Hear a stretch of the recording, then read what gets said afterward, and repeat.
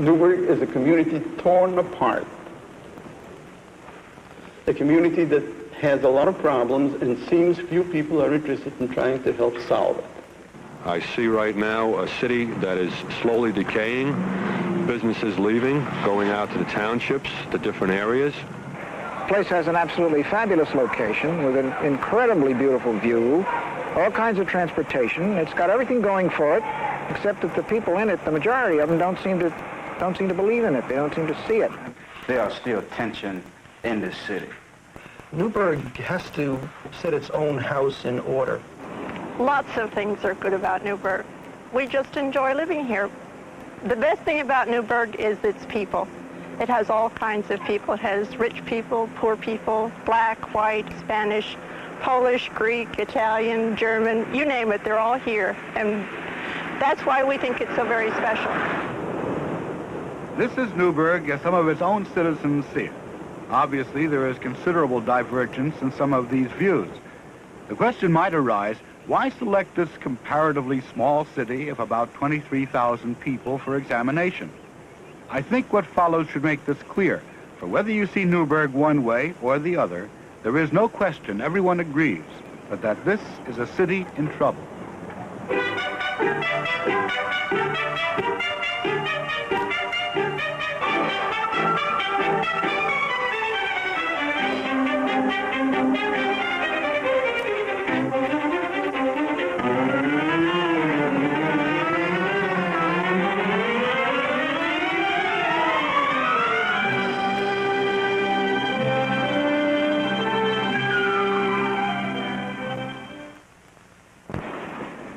Give your imagination full play and visualize this old railroad station as it would have been 50 years ago. Not just the station, but the whole area.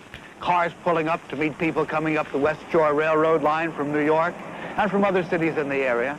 People getting out and going off to other parts of the city. But here they were in the heart, the core of the city, because this was old Newburgh. And around this spot was a very, very busy and prosperous area. There were old shops here. There were factories in the area and hotels. Buildings going back to the 18th century.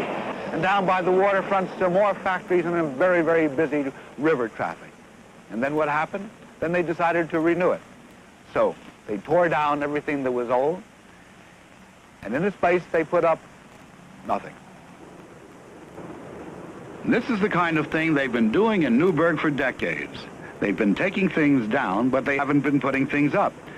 There's no use looking around for new office buildings, new factories, new homes. There aren't any. Downtown is a near desert most days. It takes a school holiday to get any life onto the streets at all. Many of the stores are gone. The merchants and their customers have fled. It is not a new story. Newburgh, like other towns, saw an exodus of its middle-class citizens to the suburbs back in the 50s and early 60s. It was started by desire for more space and spurred by fear. The people left, and in place of the store downtown, there rose that new American phenomenon, the shopping center, anchored to nothing, sprawling across huge quantities of what was once open land, and sucking in the customers from far and near as the age of the automobile reached its pinnacle. As the affluent moved out, the poor moved in. Black people who once worked the nearby fields became city dwellers. Others who once worked in now vanished brick factories settled here, leftovers of a changing and restless economy. Economic flotsam, anxious to work, to improve their lot, but with no skills to make this possible, and no jobs in sight if the skills were theirs. The percentages ebbed and flowed. The more whites left, the more minorities came in. Until today, the figure for blacks and Puerto Ricans is calculated at least 40%. Some say 50, perhaps even more. With no new money coming in, and what it had leaving, Newburgh has stumbled from crisis to crisis. Plans are made, but not implemented. Recession arrived here when the rest of the country still deemed itself prosperous. Then the rest of the country tumbled over the brink, and Newburgh went from bad to worse. A trip to the unemployment office makes the economic picture dismally clear. What are the prospects? I don't know. It really doesn't look too good. Because I've been working for my father, and he runs a pocketbook factory here in Newburgh. and all the factories in Newburgh have either slowed down or completely closed down. Your father's too? Yeah, right. Closed down completely. Have you seen things like this before? I haven't. You come from these parts? Yes, I worked on one job 30 years. What happened to it? Oh, got laid off. How long have you been without work? Oh, good 6 months right now. But I picked up 2 days in Kingston, New York. So what are you doing? I'm working around the house and the garden and straightening my garage out and looking for work. Some way to make $1 somewhere, but there isn't. Everyone else is looking for the same thing. Other cities throughout the country, unfortunately, share Newburgh's unemployment problems, its lack of modern industry, its failure to plan with any adequacy for a future which proved too full of hazards for the leadership this city was able to command.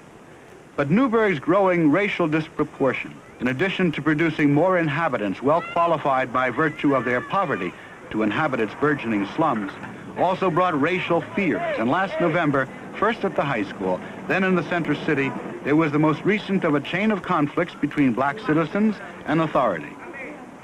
Most people, most whites anyway, do not acknowledge racial inequities. For example, the police force has one black and one Hispanic officer.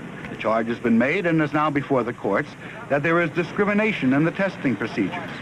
The charge is also made that there is racism.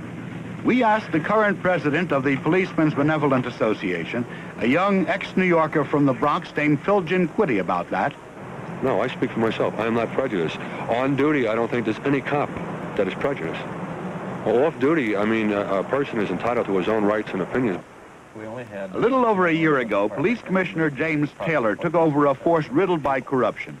Considered a progressive, he is, ironically, under attack because his force has only one black and one Hispanic. We asked him to account for it. The recruitment of minorities into law enforcement has been a problem across this country. Newburgh is no different in that area. I think that in the past year we have actively tried to recruit and attract minority group members to our department, but we have not been too successful. In fact, as you well know, at the present time we are in federal court on a temporary restraining order and injunction pertaining to exactly that matter. Do you feel the minority community is hostile to your force and to the idea of going on to it? I think that is probably the basic reason that we are unable to attract qualified minority applicants to the department, yes.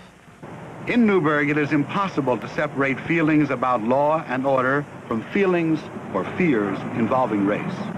We try and get along with them. The radical militants in all three, the whites, the blacks, the Puerto Ricans, are the ones causing our problems. They are causing the problems, and you will find that across the country. You'll probably find that it's communist-oriented. Somewhere along the line with funds, weapons, literature, and that's what's causing your problem. Do whites have a legitimate reason to be afraid of the blacks in this community?